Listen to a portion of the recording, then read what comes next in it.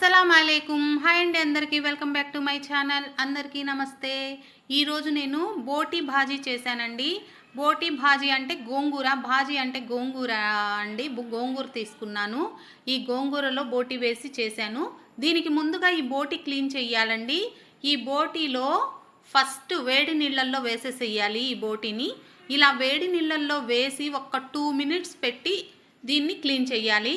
చూడండి, ఈ పై లేయర్ మొత్తం ఇలాగా తీసేసేయాలండి. కొంచెం వేడి నీళ్ళల్లో కొంచెం సేపు ఉంచితే చాలు. ఇదిగోండి, ఇలాగా లేయర్ అయితే నీట్గా వచ్చేస్తుంది. తర్వాత పేగులు ఉన్నాయి కదా, మీరందరూ కూడా పేగులు క్లీన్ చేసే విధానం అయితే ఒక్కసారి బాగా గమనించండి. ఇలాగా చేయడం వల్ల నీట్గా పేగులు క్లీన్ అవుతాయండి. చూడండి, పేగుని తిప్పేసేయాలి. చూడండి, ఇలాగా పేగుని తిప్పడం అన్నమాట. అలా తిప్పడం వల్ల అందులో ఉండే డస్ట్ ఏది కూడా కొంచెం కూడా ఉండదండి. ఒక్కసారి చూడండి, చీపురు పుల్ల తీసుకొని ఇలాగనమాట.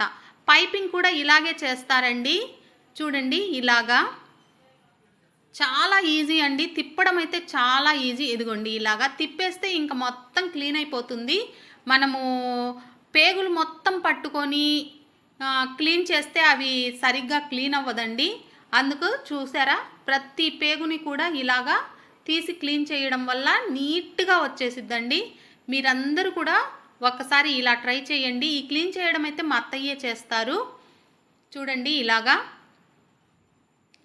ఎలాగా తిప్పుతున్నారో మీరు బాగా గమనించండి. ఇదిగోండి, ఇలాగా చీపురు పుల్లతో ఇలాగా తిప్పేసేయాలి.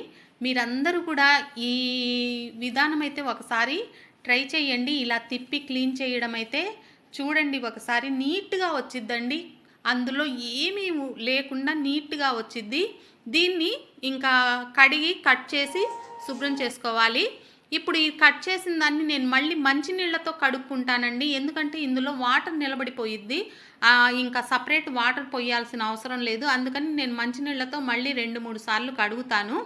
కడిగిన తర్వాత ఇందులో పసుపు, ఉప్పు ఈ 2 వేసి దీన్ని ఉడికించుకోవాలి. కుక్కర్ పెట్టేస్తాను. నేను ఇది కుక్కర్లోనే వేస్తాను, త్వరగా ఉడికిద్దని చెప్పి నేను కుక్కర్లోనే వేస్తాను.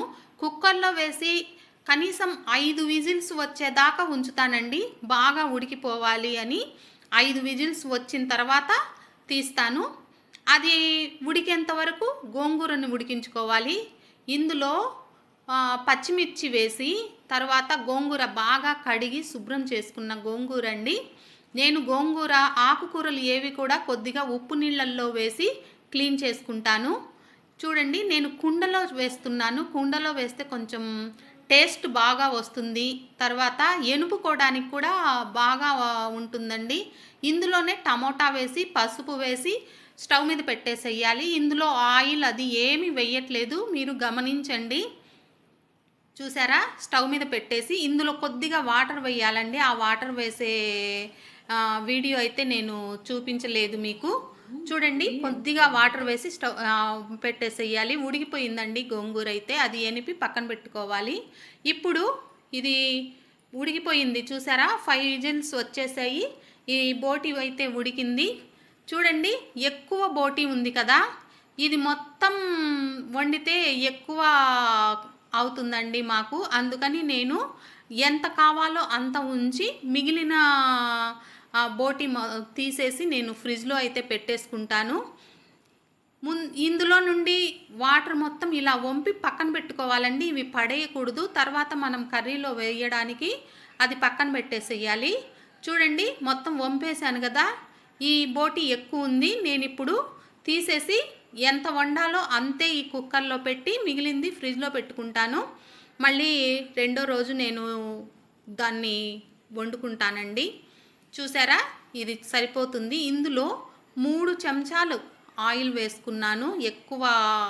మరీ ఎక్కువ ఆయిల్ అయితే వేయలేదు. ఎక్కువ ఇంకొక చెంచా కావాలంటే వేసుకోవచ్చు. 3 చెంచాలు వేసిన టేస్ట్ బాగానే ఉంటుందండి. చూడండి, ఉల్లిపాయ, పచ్చిమిర్చి, టమోటా, కొద్దిగా అల్లం వెల్లుల్లి పేస్ట్ కూడా ఇందులో వేసేయాలండి. మీరు గమనించండి, నేను చెక్క లవంగాలు అయితే వేయలేదు, కొబ్బరి కూడా వేయలేదు. చూసారా, అల్లం వెల్లుల్లి పేస్ట్.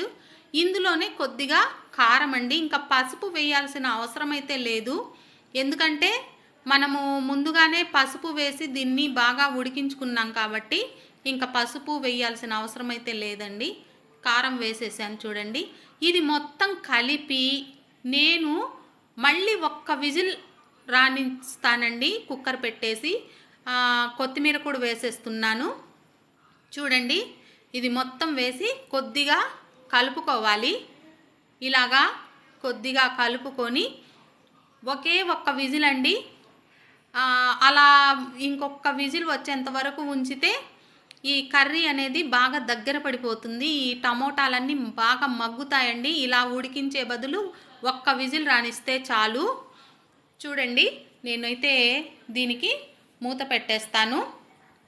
మూత పెట్టేసి ఒక్క విజిల్ రానిస్తానండి. చూసారా, పెట్టేస్తున్నాను. ఒక్క విజిల్ వచ్చిన తర్వాత మూత తీసాను చూడండి. ఇప్పుడు ఇది మొత్తం దగ్గరికి అయిపోయింది. టమోటాలు మొత్తం మగ్గిపోయాయి. ఇందులో మనము ఎనిపి పెట్టుకున్నాం కదా గోంగూర, ఆ గోంగూర అయితే ఇందులో వేసేసేయాలి. ఇందులో గోంగూర వేసేసి మనం వాటర్ వంపి పెట్టుకున్నాం కదా, ఇందులో వాటర్ అది కూడా వేసేసేయాలండి. వేసేసి ఉప్పు కారం సరి చూసుకొని కొద్దిసేపు ఉడికించుకొని ఆఫ్ చేసేసుకోవడమేనండి. కర్రీ రెడీ అయిపోయినట్టే.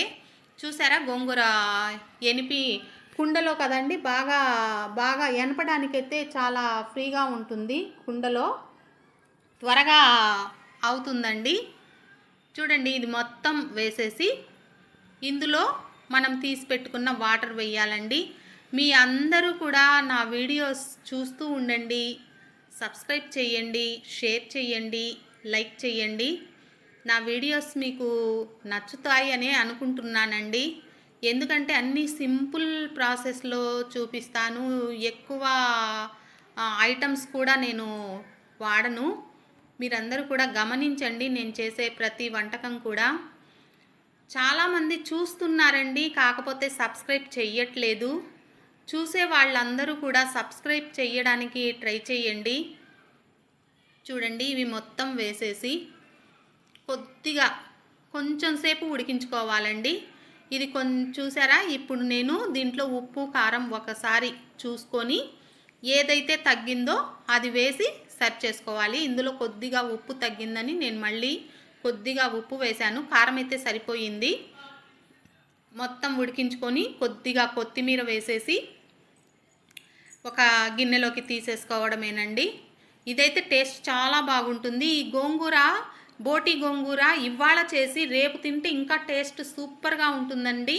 మీరందరూ కూడా ఒక్కసారి ఇదైతే ట్రై చేయండి. రైస్లోకి చాలా బాగుంటుంది ఇది. ఫస్ట్లో మేము చిన్నపిల్లలప్పుడు పెళ్ళిళ్ళల్లో బోటి గోంగూరలో వేసేవాళ్ళు. ఇప్పుడైతే అలా ఎవ్వరూ చెయ్యట్లేదండి. నాన్ వెజ్ తినని వాళ్ళు అది తినడానికి ఇబ్బంది పడతారని ఇప్పుడు అలాగా ఎవ్వరూ చెయ్యట్లేదు. సపరేట్గానే గోంగూర చేస్తున్నారు. చూడండి, ఇందులో కొత్తిమీర వేసేసి ఆఫ్ చేసేసుకోవడమే. ఇదైతే చాలా బాగుంటుందండి. ఈ వీడియో మీకు నచ్చిందని నేను అనుకుంటున్నానండి. చూడండి, ఒకసారి మీరు కూడా ట్రై చేయండి. Thank you so much.